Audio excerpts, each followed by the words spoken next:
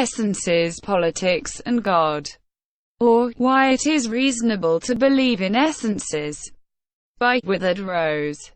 I was looking at some of my old notes the other day and came across my section on Jacques Derrida, the founder of deconstruction and post-structuralism.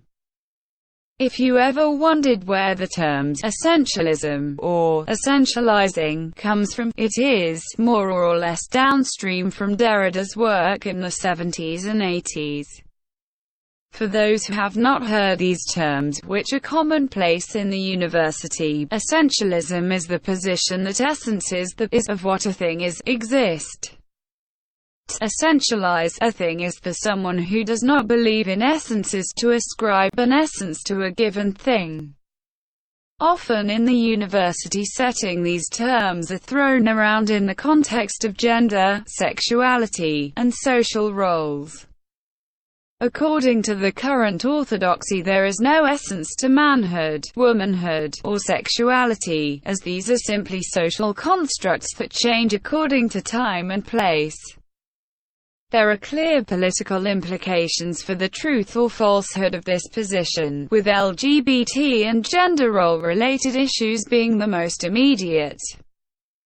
It would be hasty to mark Derrida as the anti-essentialist. Denying the existence of essences goes back to William of Ockham, 13th–14th century, and many of the notable philosophers over the past 300 years have either asserted that essences, if they exist, are unknowable, John Locke, Immanuel Kant, or are entirely social constructs, Jean-Paul Sartre, Gilles Deleuze.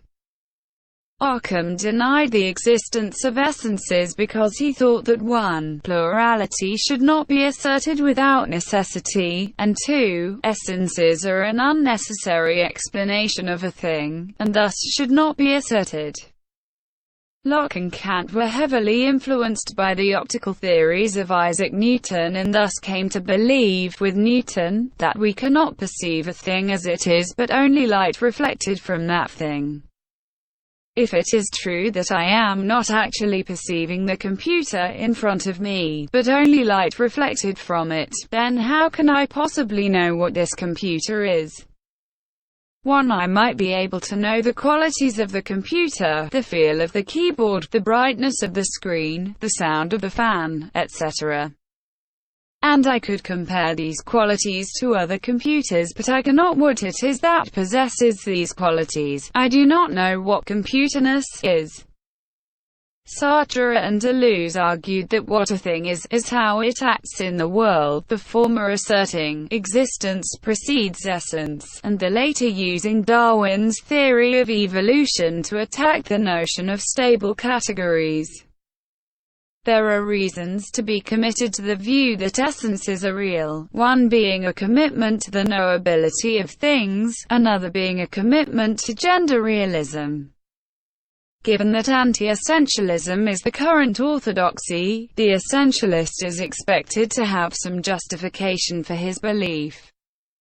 While I am unable to offer a proof for essences, I want to make the case that it is reasonable to believe that essences exists. The format is as follows. 1. If it is reasonable to believe in God, then it is reasonable to believe in essences. 2. It is reasonable to believe in God. 3. Therefore, it is reasonable to believe in essences. 1. If the world was created by a God, and for this argument then it is not necessary to specify which God, then this God, by nature of creating, willed that certain thing exists.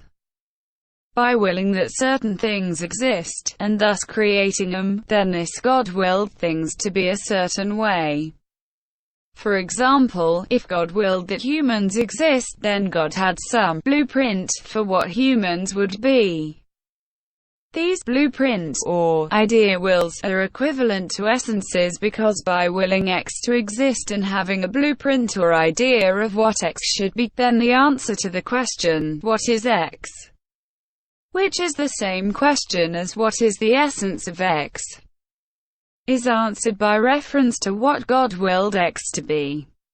Whether we have access to the will of this God hinges on whether or not this God has revealed himself and his will to us. This question is beyond the scope of the argument though, as we are only making the case that it is reasonable to believe in essences, not whether or not we have access to these essences.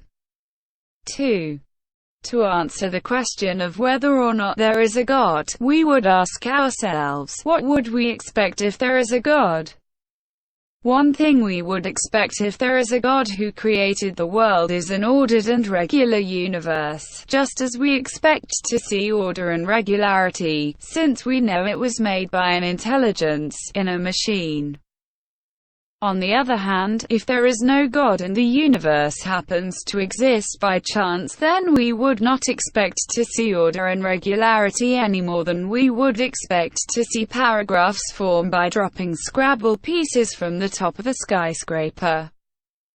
When we look at the universe, we see that all natural phenomena can be described by mathematical equations, are regulated by predictable cycles too. The physical laws that act on these phenomena act uniformly on all particles throughout the universe.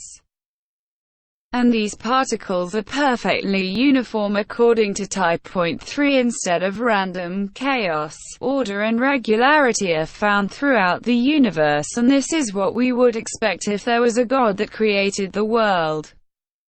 This is by no means a proof of God's existence, but it shows that it is at least reasonable to believe that a God exists and created the world. 3.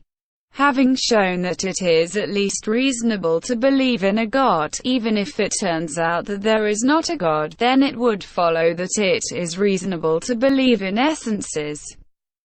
If it is reasonable to believe in essences, then it also reasonable to believe that we can have knowledge of what things of gender realism, and other targets of anti-essentialist philosophy. Giving this particular argument for the reasonability of essences, it should be no surprise that historically anti-essentialist thinkers have had negative attitudes towards religion, particularly institutional religion.